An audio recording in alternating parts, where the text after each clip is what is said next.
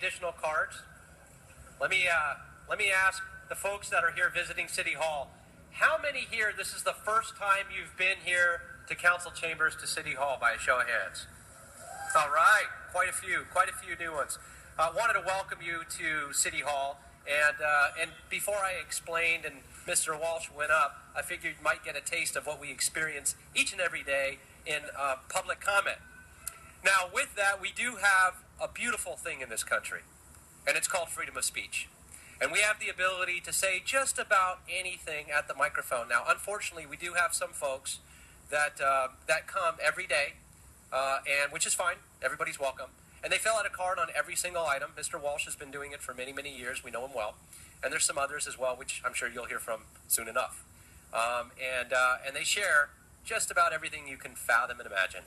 And oftentimes we let them know as well that we have guests, and particularly school children, that are visiting here, but many of them aren't responsive to that. So with that, though, we follow the rules, the regulations, and the freedoms that we enjoy every day in this country, and I thank them for reminding us of those freedoms and the people that sacrifice themselves to provide the freedoms that we enjoy, and welcome you all to your Los Angeles City Council. So thank you very much. Now with that, we've got yet another one that I was just telling you about. His name is Mr. Eric Previn. And so, Mr. Previn, I will remind you of the rules, even though you are here every day and know them well. You will speak for 1 minute on the particular item only. And you have a card on 18, 19, 24, 25, 26, and 31. Thank you, sir. It is Eric Previn from CD2, Studio City. This is a very exciting day, obviously. The House is packed. Please stay on the agenda. President, I am on the agenda, sir. I'm just addressing the community. Item 18, as was pointed out, is for some ambulances and one additional helicopter. This is a $21 million charge, so hopefully this is the right time to be bulking up on that stuff. I know it is critically important that we have emergency equipment that works, and if you saw the article on July 15th in the New York Times about Bottom Line Nation, it was called, we know that we want to be cautious about doing the opposite of this, which is to engage private equity firms that then turn emergency services into a profit area. That is not something we are for at this time.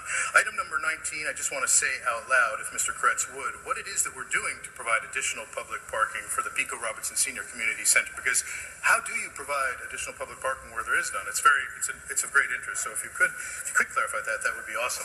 Item number 23 is, many of I also participate in county government, and Sean Rogan runs the Community Development Commission over there, which is a very, very good government, a good group that tries to facilitate all sorts of good programs to bring community development to our various communities in the county. This is a partnership with them, but it's for a company called Emphasis Computer Solutions, Inc. Now, we do a lot of computerizing our problems with the homeless, which I think is really becoming a little bit of an issue. We've got the CES, there's just a lot of computer operator players moving into this space, and I think tagging the people who are wandering around without services isn't as good as providing those services. So we should really watch these kinds of expenditures as closely as we can. Item 24 is also called occupancy monitoring for affordable housing. We're looking for, we're going to do an RFP on that one, which of course we're excited about. Item 25, sir, is big business at the airports, where I have started to take a little bit of an interest. This is legal fighting, endless legal fighting, and there's a big firm that Mr. Bonin is familiar with in Krikorian called Myers-Nave. They do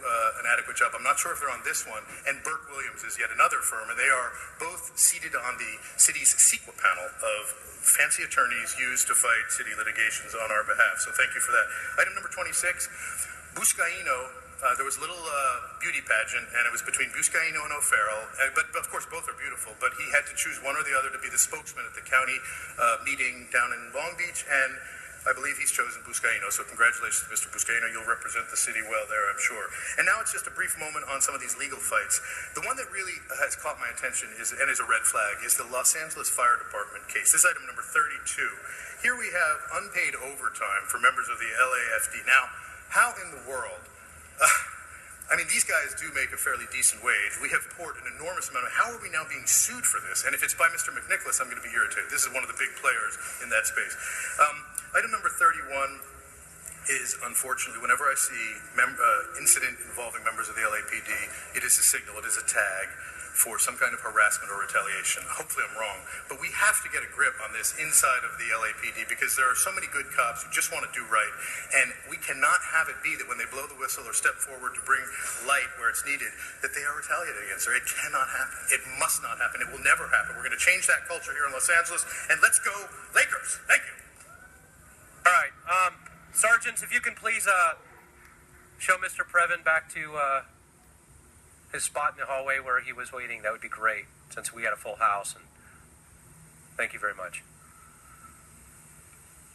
All right, with that, we're going to go ahead and we'll take... Oh, here's another one you'll enjoy.